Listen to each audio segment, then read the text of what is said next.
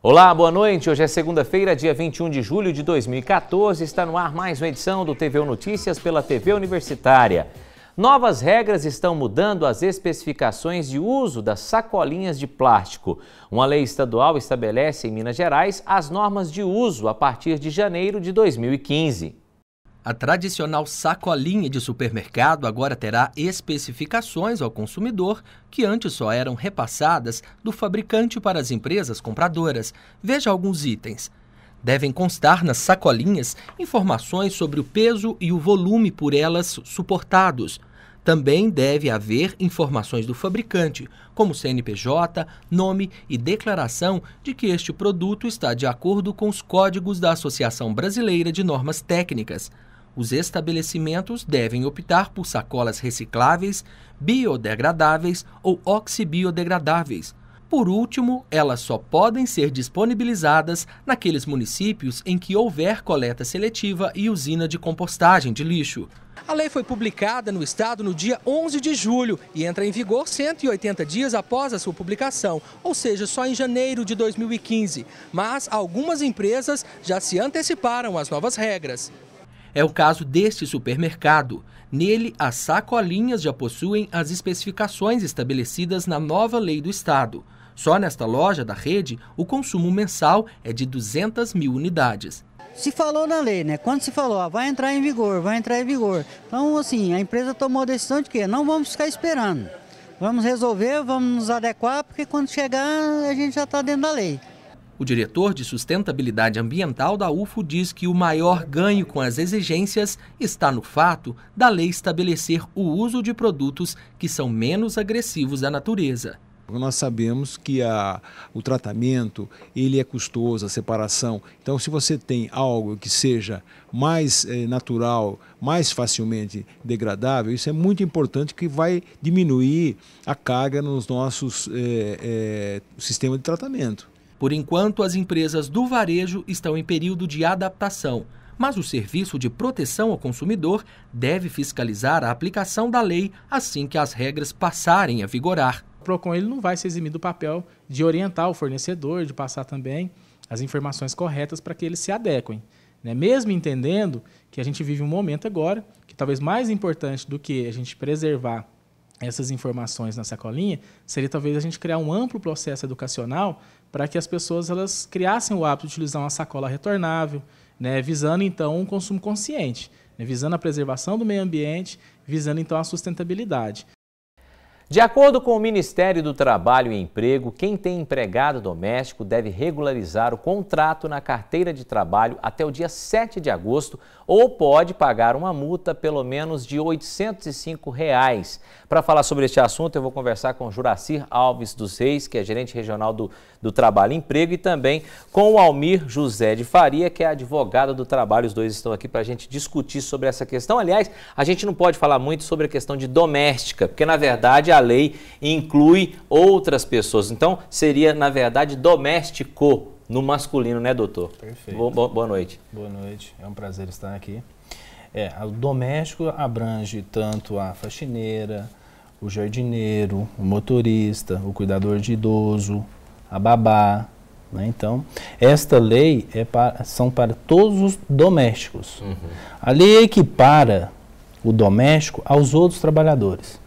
E com a Lei 12.964, que entra em vigor no dia 8 de agosto, o qual o empregador tem que registrar o empregado, a falta desse registro pode ocasionar uma multa.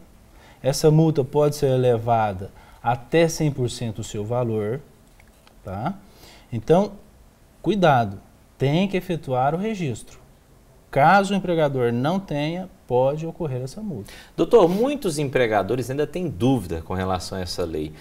Como fazer para que cada um deles, de acordo com o caso, possa ficar por dentro de tudo? O que eles têm que fazer? Onde eles devem buscar informação? Quais são os direitos e deveres que eles têm e que também o empregado também tem nesse caso? Olha, como eu já disse, a Lei 12.964 lá estabelece que tem que ser feito o registro. Uhum. Caso ele pode também se dirigir até uma agência, né, regional do trabalho e emprego, ou buscar a própria Justiça do Trabalho. Lá todos os servidores irão esclarecer as dúvidas. Ou o próprio site do Ministério do Trabalho e Emprego. Juraci, como é que vai ser essa fiscalização? É possível fazer uma fiscalização boa para que esse dever, essa lei seja realmente cumprida? Claro, no momento, né, ainda não foi regulamentado, né, a fiscalização no local de trabalho, exatamente por causa, né, da inviolabilidade do domicílio, né? Mas, posteriormente, o Ministério do Trabalho vai emitir orientações para a fiscalização. Por enquanto, nós usamos a modalidade antiga, né, de notificar os empregadores quando há denúncia de falta de registro. Então, esses empregadores podem regularizar a situação via administrativa. Pois é, e nesse caso, a denúncia, o senhor acredita que depois que essa lei entrar em vigor, vão existir mais denúncias? Os empregados estão atentos a isso? Eles sabem dos direitos que eles têm a partir do dia 8 de agosto? Então, veja bem, nas gerências regionais, ou seja, nas unidades descentralizadas do Ministério do Trabalho, é uma das denúncias mais frequentes, né?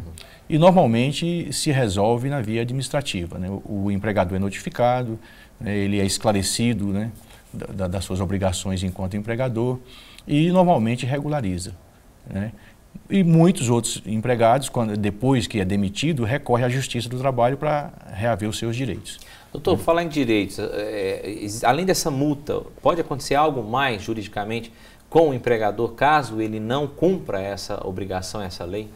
Sim, a multa ela tem um critério para análise, que é o tempo de serviço que o empregado está sem o registro, a sua idade e a quantidade de empregados que esse empregador deixou de registrar. Então, esses são as causas que podem agravar o volume da multa. Essa multa ela não é revertida ao empregado, tá?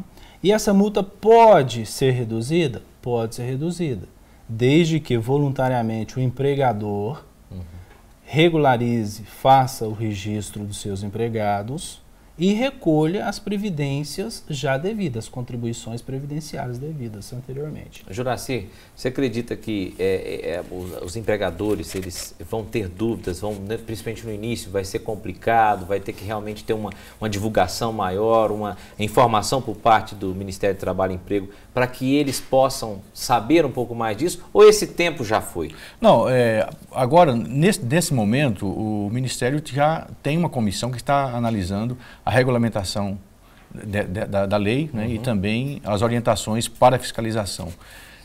Eu espero que realmente haja mais informação. Inclusive, existe uma cartilha no site do Ministério do Trabalho, né, uma cartilha para o doméstico, né? Essa cartilha será atualizada futuramente com esses novos direitos que foram agregados aos domésticos, né? Tem empregador, de certo, perguntando sobre questão de diarista, se também entra nessa questão ou não. Como é que é? Não. A lei é simplesmente lei dos domésticos, né? Então, os diaristas se enquadram nos avulsos. Continua do jeito que está. Tá certo. Gente, muito obrigado, doutor Almir. Muito obrigado, Juraci, pela entrevista. Infelizmente, o tempo acabou, mas a gente espero que a gente tenha esclarecido um pouco, pelo menos, os nossos telespectadores que podem buscar mais informações, tanto no site do Ministério do Trabalho, quanto lá com vocês no Ministério do Trabalho aqui em Uberlândia. Muito obrigado pela presença e boa noite para vocês. Eu te agradeço e estou à disposição. Tá certo. Nós também agradecemos, a gerência do Ministério do Trabalho em Uberlândia agradece e boa noite. Muito obrigado, gente. E agora tem previsão do tempo para esta terça-feira em Uberlândia, sol entre nuvens pela manhã e não há possibilidade de chuva. A mínima prevista é de 15 graus e a máxima não passa de 27. Veja como fica o tempo em outras cidades do estado. Em Araguari, sol com algumas nuvens, não deve chover, mínima de 13 graus e máxima de 26 graus. O tempo em Capinópolis é de sol pela manhã e à tarde, não há previsão de chuva, mínima de 17 e máxima de 29 graus. Sol entre nuvens em Perdizes, não chove, a mínima prevista é de 14 graus. Dia ensolarado pela manhã em João Pinheiro, a temperatura varia entre 11 e 27 graus. E não saia daí que depois do intervalo tem os detalhes da segunda semana da Química aqui na UFO. A gente volta já.